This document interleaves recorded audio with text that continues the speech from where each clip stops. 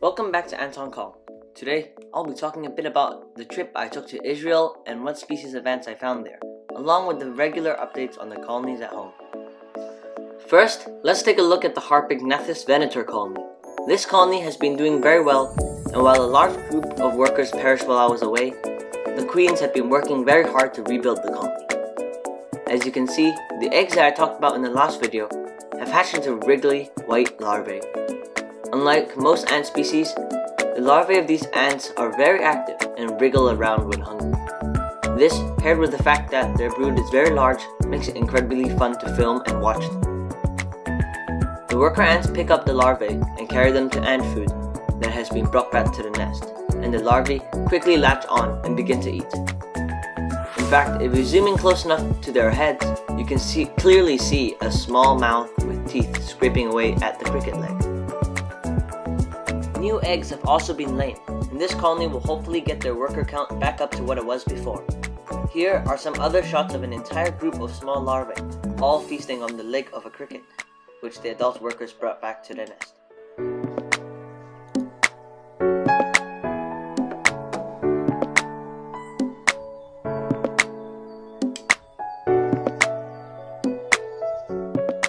Now here is a very quick update on the Dicama ants, which have moved, for some reason, back into the test tube. As you can see, there is no shortage of brood in their colony, and they are doing incredibly well, as expected from the Dicama ants. Now for the Phaedoli. If you remember, last time we moved these guys into a dirt setup, and since then, they have grown by an incredible amount. The number of foraging workers has steadily increased, and they may be needing a nest expansion in the near future.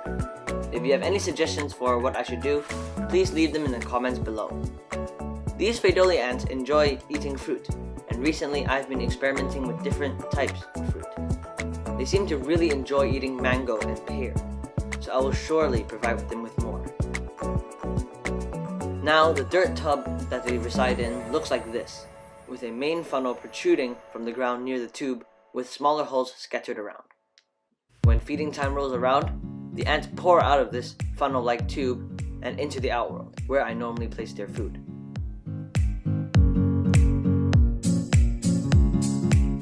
Recently, I also got a quick look at some of the ants' brood, which they had kept against the wall of the container.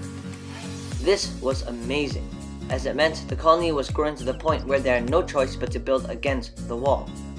It seems they have a good amount of healthy brood, which is essential for such a big colony. Hopefully, I can get more brief glances into the nest of these amazing ants, and I really hope they continue to grow at this rate.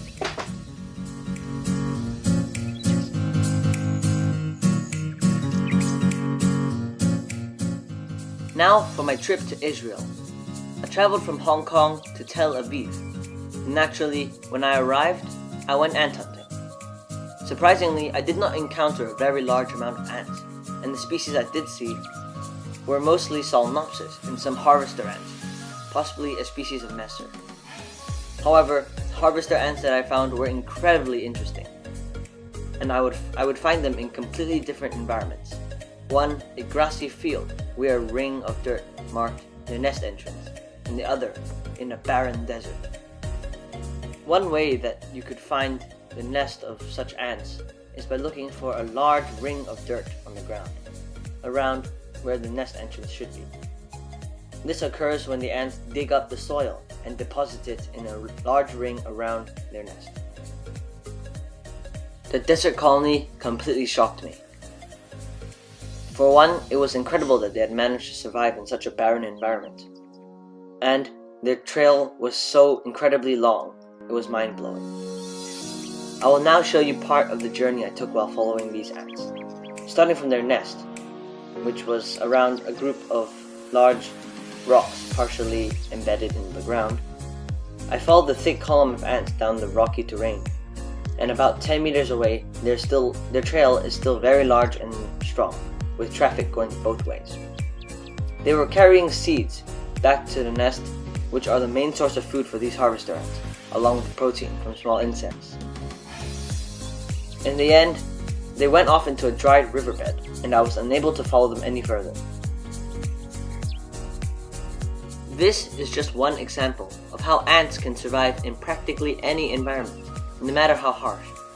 This harvester ant colony must have built up a population numbering in the hundreds of thousands, or even the millions, and they had built up such an empire here in the barren desert, where ruins of ancient cities stand. This is how far their nest was, with the nesting location somewhere near the rocky ridge, which you can see in the background.